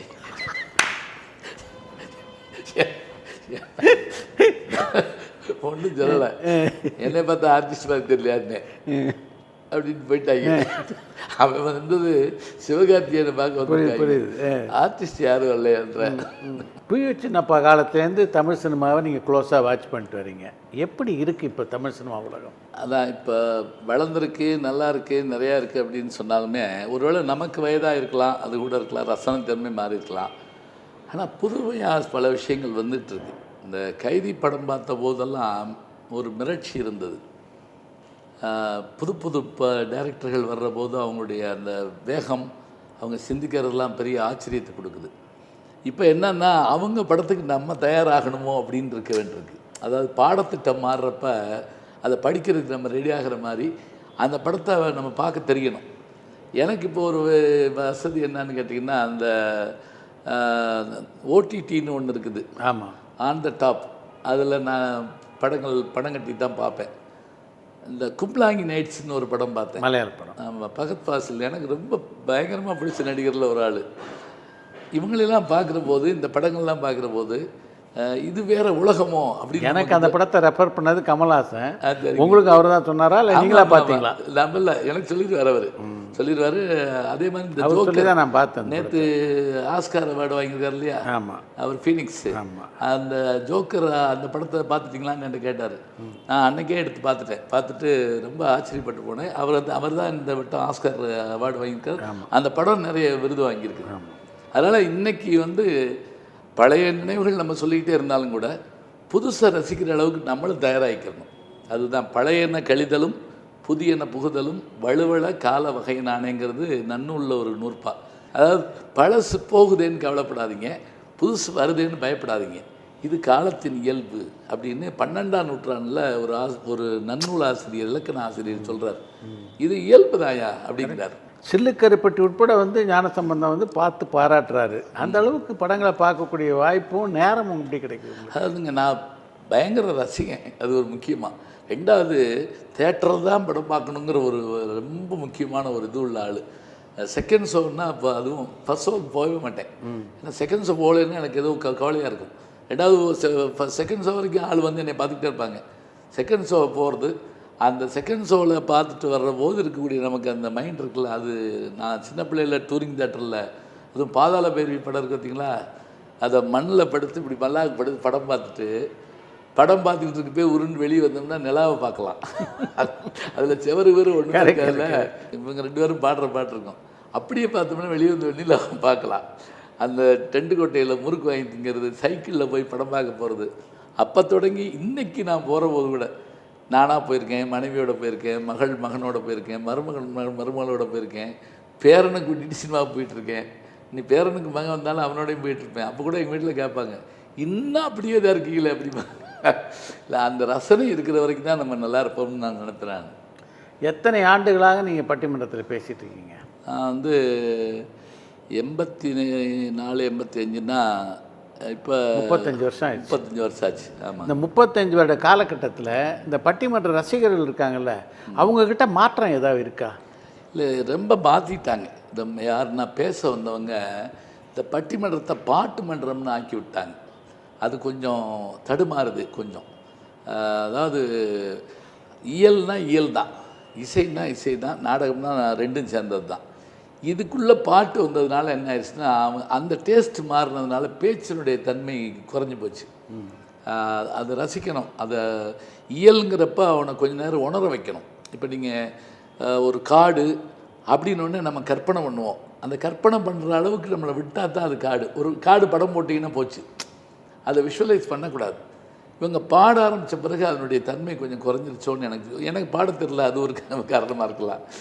இருந்தாலும் பேசுகிற போது கிடைக்கிற அந்த சபாஸ் பிரமாதம் அப்படின்னு சொல்ல பாருங்க, அது இருந்தது. இன்றைக்கி ரசிகர்கள் வந்து டிவிக்குள்ளே வந்துட்டாங்க. நான் ஒருத்தரை கேட்டேன், போன வட்டம் நீங்கள் பட்டிமன்றத்துக்கு வரலையேன்னு கேட்டேன். போன வட்டம் டிவியில் உங்களை காணோம் அப்படின்னு என்னையே கேட்டார் அவர். அப்போ நான் என்னன்னு கேட்டால், நம்ம அவங்க இடத்துக்கு போக வேண்டியிருக்கு. அது முன்ன வந்து கோயிலில் பேசுவோம், அரங்கங்களில் பேசுவோம். இப்போ இதுக்குள்ளே வந்துருச்சு. இப்போ யூடியூப்லேயே பட்டிமன்றம் வந்துருச்சு, அப்படியே கையில் வச்சு பார்த்துக்கிற மாதிரி வந்துருச்சு. ஆனாலும் நல்ல ரசனை உள்ளவங்க இருக்கத்தான் செய்கிறாங்க. நம்ம சரியான தகவல்கள் கொடுத்தோம்னு சொன்னால், இன்னும் கூட நீங்கள் சொன்னீங்கன்னா சுஜாதா ஒன்று எழுதுவார், பேராசிரியர்கிட்ட மகாபாரதம் கேட்கணும், ராமாயணம் கேட்கணும், யாரும் கேட்க மாட்டேங்கிறாங்க, அவர் ஜோக் சொல்லிக்கிட்டே இருக்காங்க. நான் அப்படி வந்து ஃபிக்ஸ் ஆகி கரெக்ட், இந்த சினிமாவில் ஃபிக்ஸ் ஆகும் பாருங்கள், அது மாதிரி. ஆனால் எனக்கு நான் எங்கள் அப்பாட்ட படித்த வெள்ளி பாரதமும் ராமாயணமும் பெரிய புராணமும் எல்லாம் இப்போ நான் அதை யூடியூப்பில் பண்ணிகிட்ருக்கேன். நான் தினசரி ஒரு விஷயத்தை சொல்லிக்கிட்டு இருக்கேன். அப்போ எல்லா வகையிலையும் ஆடியன்ஸ் இருக்காங்க. நம்ம போகிற ஆளை நிப்பாட்டி உட்கார வச்சு கேட்க வைக்கிற அளவுக்கு நமக்கு ஒரு கவர்ச்சி இருக்கணும். கேட்டார் பிணிக்கும் தகையவாய் கேளாரும் வேட்பமொழிவதாம் சொல்லும்பாங்க. அதை கேட்டவங்கள மகிழ வைக்கணும். கேளாருன்னா பகைவர்னு அர்த்தம். பகைவரும் விரும்புகிற மாதிரி பேசணும், அதான் பேச்சு அப்படிம்பாங்க. இப்போ இன்றைக்கி இந்த மாற்றங்களுக்கு ஏற்றபடி நம்மளும் தயாராகிக்கணும், அது முக்கியமான இருக்குது. நீங்கள் பல நாடுகளில் வந்து பட்டிமன்றம் நடத்தியிருக்கீங்க. இதில் உங்களுக்கு மிகவும் மன நிறைவளித்த நாடு எது? ஒவ்வொரு நாட்டிலையும் ஒவ்வொரு மாதிரியான ரசனை இருக்கும். அது ஒரு முக்கியமாக நான் பார்த்துருக்கேன். சிலதில் ஆர்வமாக கேட்பாங்க, சிலதில் பாட்டுக்காக இருப்பாங்க, சிலதில் நமக்கு பின்னாடி ஒரு நடிகை வர போகிறாங்கன்னா அவங்களுக்காக உட்காந்துருப்பாங்க. எல்லாம் இருக்க தான் செய்யும். ஆனால் பட்டிமன்றத்துக்காக இருக்கக்கூடிய ஆட்கள் அப்படின்னு நீங்கள் பார்த்திங்கன்னா எல்லா நாட்டிலையுமே ஒரு தனி ஆடியன்ஸ் இருக்காங்க. மேல்நாடுகளில் இன்னொரு விஷயம் என்னன்னாங்க, பேசி முடித்த உடனே போயிட முடியாது. இன்ட்ராக்ஷன், கேள்வி பதில் நடக்கும். அந்த கேள்வி பதிலில் நம்ம வந்து அந்த பதில் சொல்கிறப்ப ஆச்சரியமாக இருக்கும். எனக்கு ஒரு அனுபவம், ஒருத்தர் ஒரு கேள்வி கேட்குறாரு, எடிசன் அமெரிக்காவில், அங்கே இது நடக்குது, நான் தனிச்சொற்பள்ளி பேசுகிறேன். அவர் எந்திரிச்சு என்ன கேள்வி கேட்டார்னா, தமிழில் கா ச த ப சொல்கிறோம், கசடத்த பர சொல்கிறோம். வடமொழியில் ஹிந்தியில் ஒரு காவுக்கு 4 கா இருக்குது. க க க க, ச ஷ ஷ ஷ த த இருக்குது. வடமொழியில் ஹிந்திலையும் அப்படி இருக்குது. தமிழில் ஒரு கா ஒரு தா ஒரு சா ஒரு பா, இதை வச்சு நம்ம சமாளிக்க முடியுமா அப்படின்னு கேட்டார். உண்மையாக எனக்கு ஒரு அதிர்ச்சியாக கூட இருந்தது. ஏன்னா இப்படியெல்லாம் கேள்விகளை எதிர்பார்த்து நம்ம வரல, நம்ம வாட்டுக்கு வந்துட்டு பேசிட்டு போயிட்டு இருந்தோம். அப்புறம் நான் அங்கே போர்டு இருந்தது அந்த ஒரு இதில், அதில் எழுதி காமிச்சேன். அதாவது தமிழ் மொழியில் மட்டும் ஒரு சிறப்பு என்ன அப்படின்னா, புற்றிய லுகரம்னு ஒன்று இருக்குது. அது என்னன்னு கேட்டிங்கன்னா, மென்மைப்படுத்துவது எழுத்தை. இப்போ வினோத் அப்படின்னா வினோத்து நிறுத்தாமல் கூப்பிட்றப்பைய வினோத்து அப்படிமல்ல, அதுதான் ஊ. ராசு சொல்கிறோம்ல, அந்த ஊ வந்துச்சுன்னா அந்த எழுத்தை மென்மைப்படுத்தும். இதுக்கு பேர் குற்றியில் வரும். இப்போ நான் சொன்னேன், இப்போ தமிழில் ஒரு கா ஒரு சா ஒரு தா ஒரு பா போதுமானு கேட்குறீங்கல்ல, நான் சொல்கிறேன் பாருங்கள். சங்கு அப்படின்னு எழுதி போட்டேன். இப்போ இந்த கூவை நீங்கள் எப்படி சொல்லுவீங்க அப்படின்னா கூ அப்படி சொல்லுவீங்க, கூ சவுண்டு. சுக்கு அப்படின்னு எழுதி போட்டேன். இப்போ இந்த கூவை எப்படி சொல்லுவீங்கன்னா கூ அப்படி சொல்லுவீங்க. அந்த கூங்கிற சவுண்டு கா, கூங்கிற சவுண்டு கா. அப்போ ஒரு எழுத்தினுடைய ஒளியை தீர்மானிக்கிறது தமிழில் முதல் எழுத்து தான். முதல் எழுத்து இங்கு வந்தால் அது கூவாக மாறும், இக்கு வந்தால் அது கூவாக மாறும். இது தமிழுக்கு உண்டு. நல்லா எழுதுறதா இருந்தால் ஒரு பேனா போதும், எழுதாதவனுக்கு 4 பேனா வச்சு என்ன செய்ய அப்படின்னு கேட்டேன். அசந்து போனார் அவர். அப்படியே நான் வேறு மொழி ஒன்று குற்றம் சொல்லலை, ஒரு பேனா ஒரு எழுத்து போதும், நல்லா எழுதுறவனுக்கு ஒரு பேனா, எழுதாதவனுக்கு 4 பேனா வச்சு என்ன செய்ய போகிறோம், அது வளர்ச்சின்னு வேணால் வச்சுக்கோங்க. ஆனால் நம்ம மொழி எதையும் சமாளிக்கக்கூடிய மொழி அப்படின்னு நமக்கு தெரியணும். இதெல்லாம் நமக்கு வந்து அனுபவங்கள் அங்கங்கே கேட்டு தெரிஞ்சுக்கிறதுங்கிறது ஒரு பெரிய விஷயம். நீங்கள் முதல்ல உங்களுடைய பேச்சு பயிற்சியெல்லாம் உங்களுடைய மாணவர்களோட உங்கள் அனுபவம் எப்படி இருக்குது? பட்டிமன்றத்தில் பல்லாயிரக்கணக்கான ரசிகர்களோட உங்கள் அனுபவம் எப்படி? நல்லா கேட்டிங்க. அதாவது என்னன்னு கேட்டிங்கன்னா, ஒரே நாளில் எனக்கு காலையில் காலேஜில் ஏன்டா இவன் வர்றான்னு உட்காந்துருப்பாங்க எல்லாரும். சாயங்காலம் என்னை பணம் கொடுத்து ஏன்டா அவர் இன்னும் வரலேன்னு உட்காந்துருப்பாங்க. ஒரே நாளில் எனக்கு 2மே இருக்கும். அவங்களுக்கு எனக்கும் பகை இல்லை. யாருக்கு? மாணவர்களுக்கு. இவங்களுக்கு எனக்கு உறவு இல்லை. ஆனால் இவங்க விரும்புகிற விஷயத்துக்கு நான் போய் பேசுகிறேன்.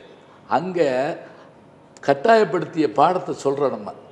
ஆனால் அதே மாணவர்கள் பின்னாடி அவர்கிட்ட ஐயாட்ட படிக்கிறான்னு அவர்கிட்ட மனோரமா ஒரு தடவை சொன்னாங்க, ஐயா உங்களை மாதிரிலாம் எனக்கு வாத்தியார் கிடச்சிருந்தா நான் எவ்வளோ பெரிய ஆளாக ஆகிருப்பேன். நான் சொன்னேன் ஒன்றும் இல்லை, டீச்சர் ஆகிருப்பீங்க, நீங்கள் வாட்டுக்கு இப்படியே இருங்க போதும் அப்படின்ட்டு நான். அதனால் இந்த அனுபவம் என்னென்னா, நீங்கள் குமுதத்தையே பாட புஸ்தகமாக வச்சாலும் 2 பேர் ஃபெயில் ஆகிடுவாங்க. அது உண்மை. ஏன்னா மனப்பாடம் பண்ணணுங்கிற போது அதில் சிக்கல் வரத்தாங்க. அப்படியான மாணவர்களும் இருப்பாங்க, இப்படி விரும்பி கேட்குற மக்களும் இருப்பாங்க. 2 பேர்த்தையும் அனுபவப்பட்ட பழக்கம் எனக்கு உண்டு. நான் சொல்லுவேன் சில சமயம், டேய் கவனிக்காமல் உட்காந்துருக்க, நாளைக்கு உங்கள் ஊருக்கு நீ பேச கூப்பிட்டேன்னு வச்சுக்க, என்ன செலவாகுன்னு தெரியுமா? அது அவனுக்கு புரியா பேசுகிறேன், கேட்க மாட்டேங்கிற. அதை ஒரு பையன் உணர்ந்து சொன்னாங்க. நான் பார்த்தேன், 3 வருஷமாக அந்த பையன் மதிக்கவே மாட்டான். நீ 3 வருஷமாக வருவேன், பாட்டுக்கு போவேன், அப்படி வருவேன், அப்படி போவேன், என்ன பெரியவர் அப்படின்னு போயிடுவான். ஒரு தடவை வைரமுத்து அவர்களுடைய புத்தகம் 2 பற்றி பட்டிமன்றம் பண்ணுறோம். கள்ளிக்காட்டு இதிகாசமாக கருவாச்சி காவியமா, பெண்மையை போற்றுவது எது. கவிஞர் என்ன பண்ணார், நானும் மேடையிலே உட்காந்துக்கிறேன், உங்களோட சேர்ந்து ரசிக்கணும் போல சந்தோஷமாக இருக்குன்னார். அவர்கிட்ட ஒரு பழக்கம் என்னென்னா, சிரிக்கிறப்ப அடித்து தான் சிரிப்பார் ஆளுகளை. ஜோக் அடிக்கிறதா கேள்விப்பட்டிருக்கோம், ஆள் அடிக்கிறது இப்போ தான் கேள்விப்படுறோம். அவர் அடித்து சிரித்து அந்த நான் தீர்ப்பு சொல்கிறப்ப கேட்டு மகிழ்ந்து அவர் சொன்னார், ஒரு திருவள்ளுவருக்கு கூட கிடைக்காத வாய்ப்பு எனக்கு. ஒரு படைப்பாளனா வாழ்கிற காலத்திலே விமர்சனம் பண்ணுறதும் அதனுடைய பெருமைகளை சொல்கிறதும் நான் ரொம்ப கொடுத்து வச்சுவேன்னு சொல்லி என்னை இப்படி இருக்க பிடிச்சிக்கிட்டார். மறுநாள் காலேஜுக்கு போகிறேன், அந்த 3 வருஷம் மதிக்காமல் இருந்தேன் பார்த்தீங்களா, அவன் என் காலை தொட்டு கும்பிட்டா சார். என்னடா அப்படின்னு கேட்டேன். நீங்கள் இவ்வளோ பெரிய ஆளுன்னு எனக்கு தெரியாது சத்தியமாக, நான் சாதாரண நினச்சிட்டேன், ஏன் இப்போ எப்படி நீ கண்டுபிடிச்சிட்ட அப்படின்னு கேட்டேன். இல்லை, நேற்று நான் அந்த விழாவுக்கு வந்திருந்தேன், அங்கே இருக்க அத்தனை பேரும் உங்களை வரவேற்றதும், கவிப்பேரரசுன்னா எனக்கு கடவுள், அவர் உங்களை பாராட்டுன்னு பார்த்தப்ப இவ்வளோ பெரிய ஆள்கிட்டையாக நம்ம படிக்கிறோங்கிற விஷயம் எனக்கு தெரியாமல் போச்சியா. இப்போ ஒரு வக்கீலாக இருக்கார் அந்த பையன், இன்னும் அதை சொல்லுவாப்பில்ல என்கிட்ட. இப்போவும் என்னை பார்த்தா அப்படி ஒரு பயம் வந்துடும். அந்த பாருங்கள், அதை வாங்கக்கூடிய தன்மைக்கு அவன் வளர்கிற வரைக்கும் கஷ்டம்தான். நீங்கள் உங்கள் பட்டிமன்றத்தில் பல பேரை குழுங்க சிரிக்க வச்சுருக்கீங்க. நீங்கள் சொன்ன ஜோக்கில் உங்களுக்கு ரொம்ப பிடிச்ச ஜோக்கு அது?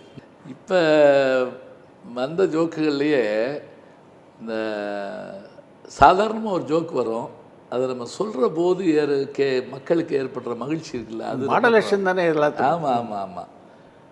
ஒரு கணவன் மனைவி பேசுகிறாங்க. அப்போ கணவன்கிட்ட மனைவி கேட்குறாங்க, ஏங்க நம்ம சொர்க்கத்தில் சேர்ந்து இருக்க முடியாதாமலன்னு. அவன் சிரிக்கிறான், எலுசு, அதனால தான் அதுக்கு சொர்க்கம்னு பேர், அப்புறம் அங்கே ஓங்குடியாக இருப்பாங்க அப்படின்னு. உடனே இந்த மனைவி கோபம் அப்போ தான் ஏறுது. அப்படி சொர்க்கத்தில் என்ன மாமா இருக்குன்னு கேட்குது. என்ன அப்படி கேட்டேன்? ரம்பா, ஊர்வசி, மேனகை, திலோத்தமாலாம் நான் போன உடனே மாமா மாமான்னு ஓடியார் வழிகாரு. நான் எங்கே போவேன் மாமா அப்படின்னு கேட்டுருக்கு. நீ நரகத்துக்கு தான் போவேன். நரகத்தில் அப்படி என்ன மாமா இருக்கும்? நரகத்தில் குரங்குதான் இருக்குங்க. இன்னும் இந்த அம்மா முதுகில் அடிச்சிச்சான் புருஷன். வாங்க மாமா, உங்களுக்கு மட்டும் இங்கேயும் அழகி அங்கேயும் அழகி, எங்களுக்கு மட்டும் இங்கேயும் குரங்கு அங்கேயும் குரங்கு. இப்போ பெண்களை சாதாரண நினைக்கக்கூடாது, அப்பாவி மாதிரி இருப்பாங்க. ஆனால் சொல்லல இது நீங்கள் சொல்கிறப்ப பார்த்தீங்கன்னா அது நான் சொல்லிக்கிட்டே வரும். போங்கம்மா, உங்களுக்கு மட்டும் இங்கேயும் அழகின்னு சொன்ன உடனே புரிஞ்சிடும். அது அந்த அந்த புரிஞ்ச உடனே ஏற்படுற சந்தோஷம் இருக்குது பாருங்க. கன்வே பண்ணுறதாங்க பட்டிமன்றம். அதான் அவங்க தனியாக நம்ம தனியாக இருக்கக்கூடாது. அவங்க நான் சொல்லிகிட்டே இருப்பேன், என் கூட வரலைன்னா 3 ஜோக்கு போயிடும். அப்படிமே என் கூடவே வரணும், இல்லைன்னா ஜோக்கு விட்டு போகும். இப்போ நீங்கள் நான் சினிமாவில் வரக்கூடிய விஷயத்தை கூட எடுத்து சொல்லுவேன், அதை அப்படி கேட்டு சிரிப்பாங்க. எம்ஆர் ராதா மகனா முத்துராமன் இருப்பார். அவர் வேகமாக ஓடியாருவார். என்னடா அப்படிப்பாரு, கடங்காரை விரட்டிட்டு வர்றாரு. கொடுத்த கடன் திருப்பி கேட்குற நாய்ட்டெல்லாம் என் பணம் வாங்குற, இப்போ என்னப்பா செய்யுது அப்படின்னு செக் கொடு செல்லாம் போட்டோம். அதாவது இந்த படம் வந்து 60 வருஷம் இருக்குங்க. அவர் இருக்கிற ஃபீல்டும் சினிமாவில் கொடுத்த கடன் திருப்பி கேட்குற நாய்ட்டெல்லாம் என் படம் வாங்குறேன்னா எவ்வளோ ஒரு இது இருக்கு பாருங்க. அதை சொல்கிற போது இருக்கிற வேகம். பாகப்பிரிவினில் இது மாதிரி ஒரு டைலாக் சொல்லியிருப்பார். ஐயா பேங்க்கு போனேன் பணம் இல்லைன்ட்டான், செக் எடுத்துகிட்டு போனேன் பணம் இல்லை. ஏடா பேங்க்லேயே பணம் இல்லைன்னா நான் என்ன? அது நம்பியார் வேறு. அதில் மாமா அந்த சொல்லப்பில்ல, மச்சான் பணத்தை கொடுத்துருங்க, வாங்கின பணத்தை, இல்லைன்னா என்ன ஜெயிலில் போட்டுருவாங்க, கவலைப்படாத ஃபஸ்ட் கிளாஸ் வாங்கி தரேன், பணத்தை திருப்பி தர வேண்டாம்ல, ஃபஸ்ட் கிளாஸ் வாங்கி தரேன், கவலைப்படாது. பட்டிமன்ற பேச்சாளர்களுக்கு உங்களுடைய டிப்ஸ் என்ன? இப்போ பல இளைஞர்கள் வந்து பட்டிமன்றம் பேசுகிறாங்க. அவங்களுக்கு வந்து ஒரு ஒரு மூத்த பட்டிமன்ற கலைஞர் முறையில் உங்களுடைய டிப்ஸ் என்னவாக இருக்கும்? நல்லா படிச்சுட்டு வரணுங்க. இவங்க எல்லோரும் என்ன பண்ணிடுறாங்கன்னா, வாய்ப்பு கிடைக்கிதுங்கிறதுனால உடனே பேச வந்துடுறாங்க. அதனால் அவங்களுக்கு படிக்க நேரம்லாம் போயிடுது. கொஞ்சம் பொறுத்தா தான் அந்த பிஞ்சு காயாகி கனியாகி அது விதையோடு வரணும். இப்போ நீங்கள் அவங்க சொல்லுவாங்க, இந்த நல்ல பழத்தோட தன்மை என்ன அப்படின்னா, கனி இருப்ப காய்க வருந்தற்றும்பார் திருவள்ளுவர். அதாவது இனிய உளவாக இன்னாது குரல் கனி அப்படின்னு என்ன அர்த்தம்னா, பழம் ருசியாக இருக்குதுங்கிறது மட்டும் இல்லைங்க, பழத்துக்குள்ளே ஒரு விதை இருக்கும். அந்த விதையை போட்டால் அது இன்னொரு மரத்தை தருங்கிறது நமக்கு தெரியும். இவன் இப்போ வரக்கூடியவங்க அவர்களுடைய தனித்திறமைகள் தனியாக இருக்கலாம், ஆனால் படிக்காமல் வரவே கூடாது. ஏன்னா பல இடங்களில் நான் பார்த்துட்டு நானே மேடையில் வேதனைப்பட்டிருக்கேன். புராணத்தை தப்பாக சொல்கிறாங்க, ஆசிரியரை தப்பாக சொல்கிறாங்க, சினிமாவை தப்பாக சொல்கிறாங்க. தாங்காலத்திலேயே சினிமாவில் வரக்கூடிய பாட்டை கண்ணாசம் பாட்டை வாலி பாட்டுங்கிறாங்க, வாலி பாட்டை அதான் படிச்சுட்டு வந்தால் தப்பு இல்லை. இப்போ இந்த ஸ்லிப் ஆஃப் த டங்க் அப்படின்னு நம்ம சொல்லுவோம், நாக்கு தவறி சொல்கிறது வேறு விஷயம். ஆனால் இவங்க பல இடங்களில் தப்பாகவே பதிய வச்சோம்னு வச்சுக்கோங்களேன், அது போய் சேர்றப்ப தப்பாயிடும். நல்லா சொல்லுவாங்க, மேடை கொடுக்கறது எதுக்குன்னா, தரையில் இருக்கவங்க காட்டிலும் நமக்கு 4 அடி உயரமாக கொடுக்குறாங்கன்னா நம்ம அவங்கள இங்கே உயர்த்தணுமே தவிர நம்ம அங்கே போகக்கூடாது. அருமையான விஷயம். இதுதான் முக்கியம். அதனால் தரம் என்பதையும் படிப்பு என்பதையும் இன்றைய தலைமுறையினர் வந்து கட்டாயம் படிச்சுட்டு வரணும். தெரியாமல் ஒரு விஷயம் இருந்தால் கேட்டுக்கிறணும், வெட்கப்படவே கூடாது. இப்போ நான் வந்து எங்கள் பேராசிரியர்கள்ட்ட நான் கேட்பேன், இன்றைக்கும் ஒரு இதுக்கு பேச போகிறேன்னா அதுக்கு நான் தயாரிக்காமல் நான் போக மாட்டேன். கடல் தாண்டிய கதாநாயகன்னு சொல்லி நம்ம ஏவிஎம் மரக்கட்டளையில் அனுமன் பற்றி பேசியிருக்கேன். என் யூடியூப் சேனல் கூட இருக்குது, நீங்கள் பாருங்கள். சித்திரச்சிலம்பு அப்படின்னு வைகோ தலைமையில் 1.5 மணி நேரம் சிலப்பதிகாரம் பற்றி பேசியிருக்கேன். அமெரிக்காவிலேருந்து ஒரு அம்மா பொண்ணு பேசுதேன்ட்டு நான் தினம் அது கேட்பேன், சிலப்பதிகாரத்தை நான் கேட்டுக்கிட்டே இருப்பேன் அப்படிங்குது. இது படிக்காமல் நம்மளால் பேச முடியாது. அப்போ கல்வி ஒரு முக்கியங்கிற மாதிரி நான் சொல்கிறது வந்து தமிழ் படிக்கணும்னு நான் சொல்ல வரல, எல்லாம் படிக்கலாம், எல்லாம் படித்து எல்லாம் தெரிஞ்சு வச்சுக்கிட்டு, அதாவது அரங்கின்றி வட்டாடியற்றைன்னு ஒரு திருக்குறள் இருக்குது. அது என்ன அர்த்தம்னா, சூதாட போகிறவன் கூட அந்த சூது கருவியோடு போகிறான்ல, அப்போ நீ மேடைக்கு போகிறவன் படிச்சுட்டு போக வேண்டாமா, சும்மா போகக்கூடாதுன்னு சொல்லுவோம் இல்லையா, அது மாதிரி அது படிச்சுட்டு வந்தால் நல்லதுன்னு நான் நினைக்கிறேன். இந்த சினிமாவில் நீங்கள் பிரபலமாக இருக்கிறது வந்து ஒரு பட்டிமன்ற பேச்சாளராக உங்களுக்கு எந்த அளவுக்கு உதவுது? இல்லை எனக்கு பெரிய வசதி என்னென்னா, இந்த கேமரா கூச்சம் இல்லாமல் இருக்குது. அதுக்கு இன்னொரு காரணம், நான் ஜெயா டிவியில் ஒரு 20 ஆண்டு காலம் தொடர்ந்து பேசுனது ஒன்று. இன்னொன்று, சபையை பார்த்தா எனக்கு பயம் இருக்காது பட்டிமன்றத்தில் இருந்ததுனால. சினிமாவில் வந்ததுனால என்னன்னு கேட்டிங்கன்னா, பட்டிமன்றத்தில் எனக்கு ரொம்ப லாபம். ஒருத்தர் கூட என்னை கும்பகோணத்தில் பார்த்து குடும்பத்தோடு ஓடியாந்து, இவர் தான் பட்டிமன்றத்தில் நடுவராக நடிக்கிறவர் அப்படின்னு சொன்னார். நான் நடுவர்னு சொல்ல போகிறாரு நினச்சா, நடுவராக நடிக்கிறவர் அவருக்கு 2ஐயும் சேர்த்து சொல்ல தெரியல. அந்த சந்தோஷம் தான் அது. அதனால் இந்த முகம் நமக்கு ஒரு பெரிய வாய்ப்பை கொடுக்குது, அந்த கல்வி இங்கே நமக்கு ஒரு பயன்பாட்டை கொடுக்குது. இந்த சினிமாவில் பல கதாநாயகனோட நடிச்சிருக்கீங்க, யாரோட நடிக்கணும் அப்படின்னு இல்லை இவருடைய டைரக்ஷன் நடிக்கணும்னு உங்களுக்கு ஒரு ஆசை நிறைவேறாத ஆசை இருக்கா அதில்?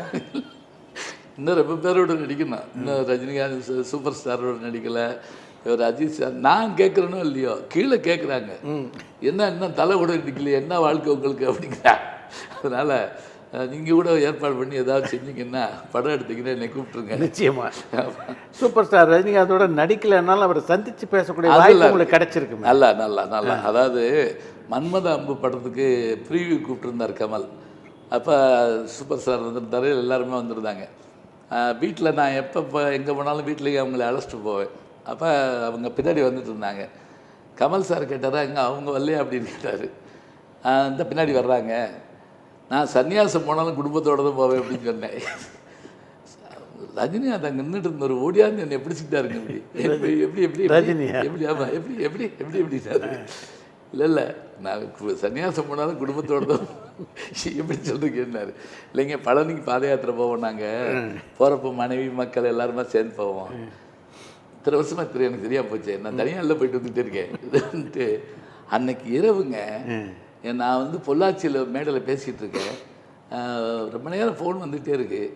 11 மணிக்கு மேலே நான் அது ஃபோன் யாருன்னு பார்த்தோன்னே இவங்க சார் வீட்டில் இருந்தால் பேசுகிறாங்கன்னொன்னே, காலையில் வேணால் பேசுவான்னு கேட்டேன். இல்லை சார் முடிச்சிருக்காங்க. அப்போ அவர் சொல்கிறாருங்க, என்ன அழகான வார்த்தை சொன்னீங்க, ரொம்ப மகிழ்ச்சியாக இருந்ததுங்க, நீங்கள் வர போதெல்லாம் சந்திக்கணுங்க, சாரை பார்க்க வர்றப்போ என்னையும் பார்க்க வாங்க, நானும் ரொம்ப நல்லா ரசிப்பேன். உண்மையாக எனக்கு ரொம்ப ஆச்சரியமாக இருந்ததுங்க. எல்லார்கிட்டையும் இப்படி ஒரு சந்தோஷம் இருக்குது. இன்னும் சொல்ல போனீங்கன்னா, எனக்கு நம்ப முடியாத ஒரு விஷயம், பிரபுதேவா சார் இருக்கார் இல்லையா, ஆமாம், அவர் டான்ஸர்னு ஹீரோ டைரக்டர் தான் தெரியும். அவர் பரம ரசிகன் எனக்குலாம் எனக்கு தெரியவே தெரியாது. எனக்கு பரம ரசிகர்னு எனக்கு தெரியாது. நான் அவருக்கு ரசிகன். எப்படின்னு கேட்டிங்கன்னா, நான் இந்த மேடையில் பேசுகிறப்போ ஒரு ஜோக் சொல்லுவேன். இந்த சீரியல்லாம் எப்படித்தான் உட்காந்து பார்க்குறாங்களோ, இப்போ உதாரணமாக 999வது நாள்னு போடுறாங்க. நான் ஒரு சீரியல் பார்த்தேன், அதில் ஒருத்தி வருவா, சொர்ணம் இப்படி பண்ணியிருக்கக்கூடாதுன்னு ஒருத்தன் சொல்லுவேன். சொர்ணமாக அப்படி பண்ணிட்டா அப்படின்னு ஒருத்தன் கேட்பான். சொர்ணம் தான் அப்படி பண்ணிட்டான்னு இப்படியே சொல்லிகிட்டே இருப்பாங்க. கடைசியில் சொர்ணமே வந்துடுவா, வந்து நான் அப்படி பண்ணியிருக்கக்கூடாதுன்றவா, என்ன தான் பண்ணான்றதே தொடரும் போட்டுருவாங்க. இப்படியே இழுத்து இப்படி சொல்லிக்கிட்டு இருந்தேன். பொன்மாணிக்கவேல் அதில் நடிச்சிருக்கேன், நான் அவருக்கு மாமனார் நடிச்சிருக்கேன். அவர் சீரியஸாக படுத்திருப்பார். நான் போய் மாப்பிள்ளை என்னாச்சுன்னு கேட்கணும். டேரக்டர் சொல்கிறார், ஆஸ்பத்திரி டைம் கம்மியாக இருக்குது, வேகமாக போய் ஒரே ஷாட்டில் என்னன்னு கேட்டு வந்துடணும் அப்படின்னு. நான் போய் அப்போ தான் அவரை சந்திக்கிறேன் முதல். அதான் ஃபஸ்ட்டு. ஆமாம், மாப்பிள்ளைன்னு ஆரம்பிக்க போனல, சொர்ணம் எப்படி இருக்காமாவா அப்படின்னு அந்த அளவு ஊன்றி கவனிச்சிருக்காரு. சொர்ணம் என்ன செஞ்சாமாமா, நான் பயங்கரமாக சிரிச்சு, அவர் சிரிச்சு, அவர் டைரக்டர் இதான் நடிக்கிற வேலை. நான் என்ன சொன்னேன் பண்ணி 4:20 மூட போகிற ஆஸ்பத்திரியை வச்சு எதுக்கு 2 வந்துச்சிங்க. அப்புறம் சொல்கிறான்ட்டு அப்புறம் திருப்பி இதெல்லாம் போட்டுட்டு போய் பேசினான். இன்னைக்கு வரைக்கும் நான் நேற்று என்ன யூடியூப்பில் போட்டேங்கிற விஷயத்த அப்படியே அப்டேட்டாக சொல்லிடுவார். நான் கூட சொல்லுவேன், இங்கே வருங்கடா, இனிமேல் நான் பேசாத கூட நீங்கள் சொல்லிடுங்க போட்டிருக்கு. அவ்வளவு ரசிப்பாருங்க. ரொம்ப அதாவது பல்வேறு துறையில் இருக்கவங்கள்ட்ட பல்வேறு வகையான விஷயங்கள் இருக்குது. ரொம்ப ஆச்சரியமான ஒன்று. பத்மினி அவர்களை சந்திக்கிறப்ப நான் பார்த்தது அமெரிக்காவில், சென்ஸ் ஆஃப் ஹியூமர், அவ்வளவு சென்ஸ் ஆஃப் ஹியூமருங்க.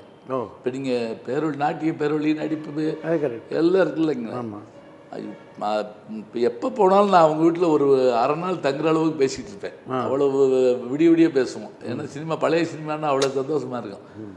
அப்போ தான் அந்த அம்மா சொன்னாங்க, என்டிஆரோட சம்பூர்ண ராமாயணம் நடித்தப்ப என்டிஆருக்கு தமிழ் தெரியாதான், அதனால் ஒரு ஆளை ஏற்பாடு பண்ணி தமிழ் சொல்லிக் கொடுக்க சொல்லியிருக்காங்க. அவன் 5 நாள் கழித்து தெலுங்கு பேசிக்கிட்டே வந்திருக்கான். இவனுக்கு உள்ளது போச்சு. அதே மாதிரி அந்த ஒகேனக்கல் அவுட்டர் ஷூட்டிங் தானா, பூரா வெயிலில் தான் எடுப்பாங்களாம். அவர் சுடுபாறையில் உட்காந்து சீத்தே சீத்தேன்னுட்டே இருப்பாரா, சீக்கிரம் பேசி தொலையா, அந்த ராவணனே தேவலா.